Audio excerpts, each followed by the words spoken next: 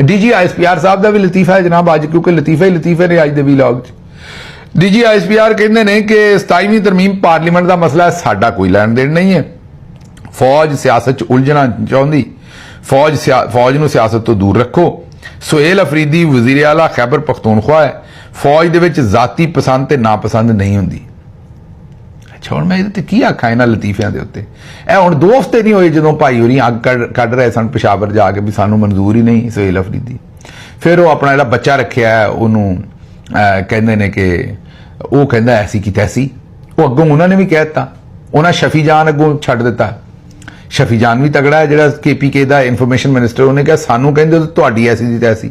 भाई इन्ना कहना सी कि तबीयत 0-0 हो गई तो हुण आंदे ने भी सानू सियासत तो दूर रखो। हुण जनाब असीं ते तुहानू सियासत तो दूर रखदे, तुसीं नहीं रहिंदे। असीं ते तुहाडी यही मिन्नत करदे भी तुसीं सियासत तो दूर रहो, पर तुसीं रह नहीं सकदे, बच ही नहीं सकदे। तुसीं तुहाडे हुणे DNA चली गई है, तुसीं नहीं इस तो बगैर बच सकदे। और सियासत चलो जे करनी तो साफ सुथरी कर लो, चंगी कर लो, तो सियासत भी गंदी करदे जे।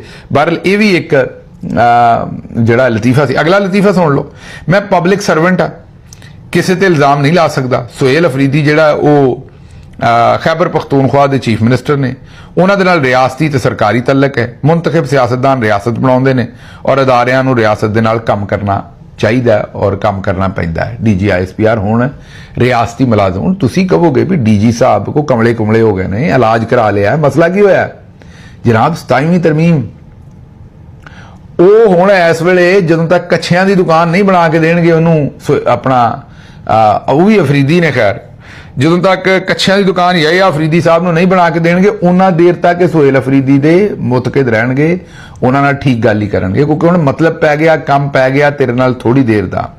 ਗਾਣਾ ਹੈ ਨਾ ਨਸੀਬੋ ਲਾਲ ਦਾ, ਅਗਲਾ ਜੁਮਲਾ ਮੈਂ ਨਹੀਂ ਕਹਿ ਸਕਣਾ, ਮੇਰੇ ਤੇ ਵੀ ਪੰਜਾਬ ਪੁਲਿਸ ਨੇ ਪਰਚਾ ਦੇ ਦੇਣਾ। ਹੁਣ ਮੁਸੀਬਤ ਹੈ ਵੀ ਗਾਣੇ ਜਿਹੋ ਜਿਹੇ ਤੁਸੀਂ ਲਿਖਦੇ ਹੋ ਉਹੋ ਜਿਹੇ ਹੀ ਸੁਣਨੇ ਲੋਕਾਂ ਨੇ। ਤੇ ਇਹ ਹੁਣ ਆਪਣਾ ਫੀਲਡ ਮਾਰਸ਼ਲ ਸਾਹਿਬ ਨੂੰ ਕੰਮ ਪਿਆ ਤੇ ਇਸ ਵਾਸਤੇ ਹੁਣ DG ISPR ਸਾਹਿਬ ਇਹ ਗਾਣਾ ਗਾਉਂਦੇ ਫਿਰਦੇ ਨੇ, ਕੰਮ ਪੈ ਗਿਆ ਵੇ ਤੇਰੇ ਨਾਲ।